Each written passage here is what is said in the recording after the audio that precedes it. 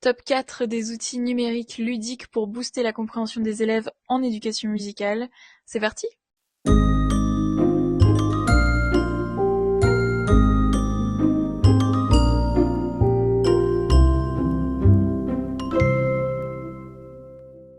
Petite précision tout de même importante avant de commencer la présentation des 4 outils numériques, et bien pour chaque outil, il n'y a nullement besoin de créer un compte. Vraiment aucun mot de passe requis, que ce soit pour nous ou pour les élèves, c'est très facile d'utilisation.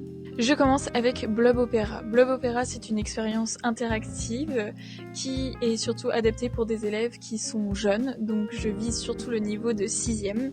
Et donc sur Blob Opera, on va avoir des petits personnages colorés, les blobs, qui vont chanter lorsqu'on va les déplacer à l'aide de notre souris. Chaque blob correspond à une tessiture vocale, donc on a basse, ténor, mezzo-sop et soprano. Le site va permettre une harmonisation très simple des différentes voix. À chaque déplacement, en fait, les voix s'harmonisent automatiquement, donc ça c'est pas un long travail pour les élèves, c'est vraiment facile d'utilisation et c'est rapidement amusant. Le petit plus également, c'est qu'on peut partir en tournée avec les blobs et on peut enregistrer leurs différentes prestations sous forme d'un fichier que l'on peut ranger dans un dossier, etc. Donc MP4. Blob Opera est un outil que je vais utiliser dans ma séquence sur la voix niveau 6e. Je vais intégrer donc les notions de chœur mixte, a cappella, les différentes tessitures vocales bien sûr, et aussi la technique du chant lyrique. Donc ça me permet de montrer aux élèves un outil interactif pour qu'ils s'approprient plus facilement des notions qui parfois peuvent être abstraites pour eux. Je vous montre une petite démonstration de cet outil juste après pour que vous ayez une idée un peu plus concrète.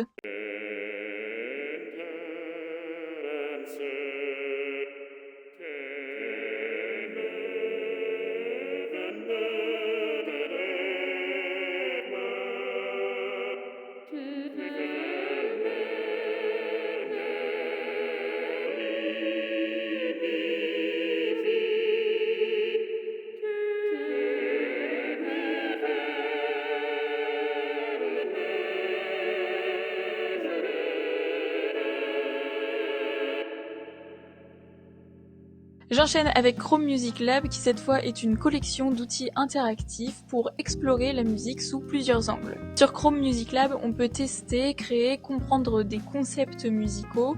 Il va y avoir donc différents outils à disposition qui peuvent être très bien liés au rythme, à la mélodie ou encore au spectre sonore, mais c'est vraiment très varié. Moi, dans le cadre de ma séquence sur les paramètres du son, toujours en 6e, j'utilise l'outil oscillateur. Cet outil, il permet de comprendre que la hauteur d'un son, eh bien, c'est une fréquence avant tout, qu'on a bien une vibration sonore, et que cette vibration, justement, varie s'il s'agit d'un son aigu ou d'un son grave. De ce fait, visuellement, les élèves vraiment arrivent à avoir un repère, ils comprennent qu'un son aigu est égal à une vibration rapide dans l'air, alors qu'un son grave est égal à une vibration beaucoup plus lente. Pour l'instant, ces oscillateurs restent pour moi les meilleures options pour leur faire comprendre la notion de fréquence sonore. Donc je réalise premièrement l'expérience en classe, j'invite certains élèves volontaires à venir à mon PC pour me réaliser des sons plus ou moins aigus, et donc le reste de la classe analyse le spectre qui va être créé au tableau, donc vu que je vidéo projecte, et en effet, ils arrivent mieux à comprendre les différences aiguës, graves, vibrations rapides, vibrations lentes. Et en plus de ça, eh bien, ils ont la curiosité chez eux de reproduire l'expérience, que ce soit pour réviser ou tout simplement pour s'amuser, mais en fait, quand ils s'amusent uniquement, eh ben, ils se rendent pas compte justement qu'ils arrivent quand même à retenir certaines petites notions d'éducation musicale. Donc ça, c'est vraiment un petit plus. Je vous laisse juste après avec une démonstration de ces oscillateurs en action.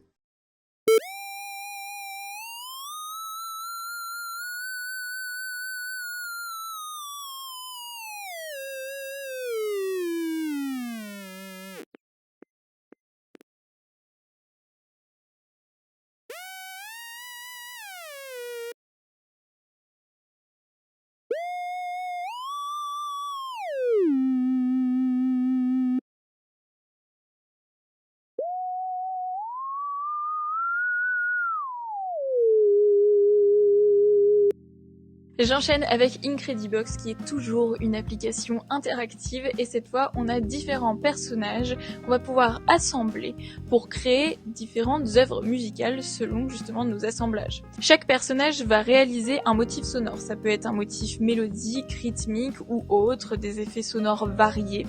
Et donc ces motifs ils vont les répéter en boucle. Et donc par accumulation on va construire progressivement une œuvre musicale. L'avantage c'est que le site va automatiquement harmoniser l'ensemble et il va rendre la chose très rythmique aussi facilement. Incredibox va proposer des outils un peu plus performants, un peu plus poussés à condition de payer. Néanmoins, on a tout de même accès à la fonction basique gratuitement qui est intitulée Wackedly. Cet outil Incredibox, je vais l'utiliser dans ma séquence sur la voix, toujours avec le niveau de 6e. En fait, je vais le mettre en lien avec l'étude de l'œuvre Circle Song 6 de Bobby McFerrin. En fait, dans cette œuvre-là, Bobby McFerrin, il a une tessiture vocale très large, il va faire du beatbox, il va faire une boucle, il va accumuler les différentes couches sonores. Donc franchement, c'est très facile de mettre en lien Incredibox avec cette œuvre-là et surtout, ça permet aux élèves de mieux comprendre les notions abordées, que ce soit donc du coup beatbox, accumulation, boucle, etc., etc. Et en plus de ça, c'est visuel, donc ça leur parle un peu plus et ils comprennent mieux. Je vous présente de suite une démonstration d'Incredibox, comme ça vous le voyez en pleine utilisation.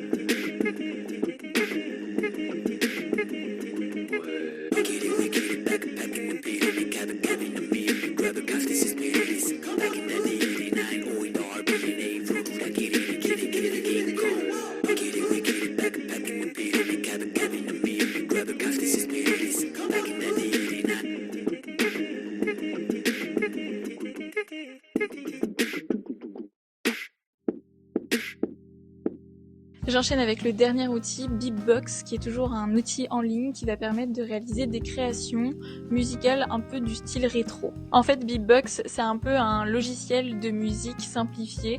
C'est assimilable, je pense, à un petit studio facile à comprendre. On peut enregistrer la création, on va pouvoir choisir la tonalité, on va pouvoir choisir le tempo aussi, mais encore le chiffrage de mesure, le volume de chaque piste et aussi les instruments. Donc moi je l'utilise surtout en 5e parce que c'est en lien avec ma séquence sur les plans sonores, justement il visualise toujours ces différentes couches et en plus de ça ils peuvent les manipuler. Mais c'est pas tout, j'utilise aussi ça dans le principe de répétition, toujours on a le système de boucle d'accumulation qui peut être intéressant aussi à aborder avec ce logiciel là.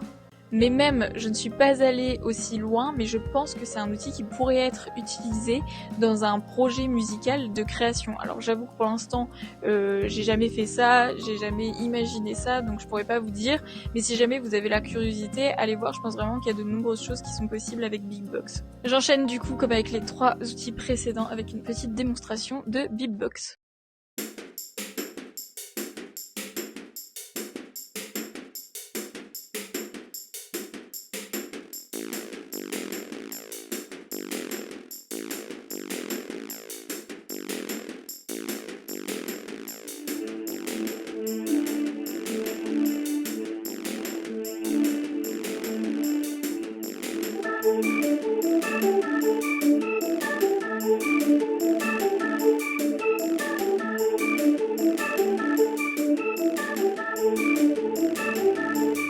C'est ici que s'achève cette vidéo, j'ai fait le tour des outils numériques ludiques que je connais pour l'instant. Peut-être qu'à l'avenir j'en découvrirai d'autres et de ce fait peut-être qu'il y aura une suite à cette vidéo, mais aujourd'hui je m'arrête ici. Merci d'avoir regardé cette vidéo, n'hésitez pas à mettre un petit pouce si jamais vous avez apprécié et à vous abonner si vous aimez le contenu de cette chaîne. Et puis à très bientôt sur YouTube, restez connectés.